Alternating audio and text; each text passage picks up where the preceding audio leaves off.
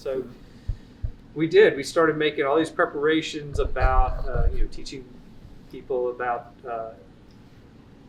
the PPE, the personal protective equipment, and we did a lot of that in ICU. And then we started making plans for space, and we did. Our first discussions were, okay, what if we have one patient with COVID-19? How does that look? Where do they go? And then we're like, okay, what if we have 2 patients with COVID-19?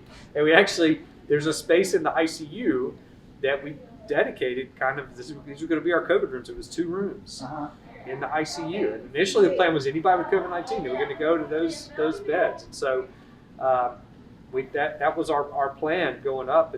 And our first admission was March the 16th, and by the first week of April, we had 60. So things escalated quickly. Yeah, it's been very challenging, really from the beginning.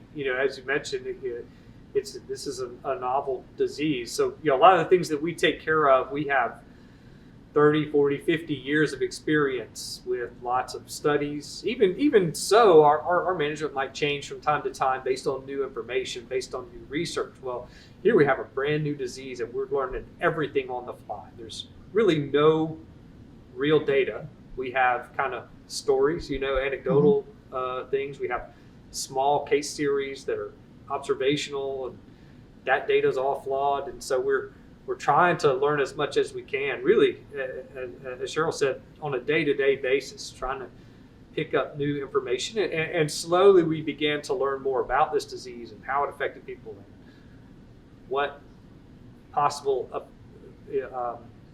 treatments that we might have that might help those people. But you're right about, we might have 2 patients who looked identical on paper in beds next to each other in the ICU, and one doesn't survive and the other one gets better.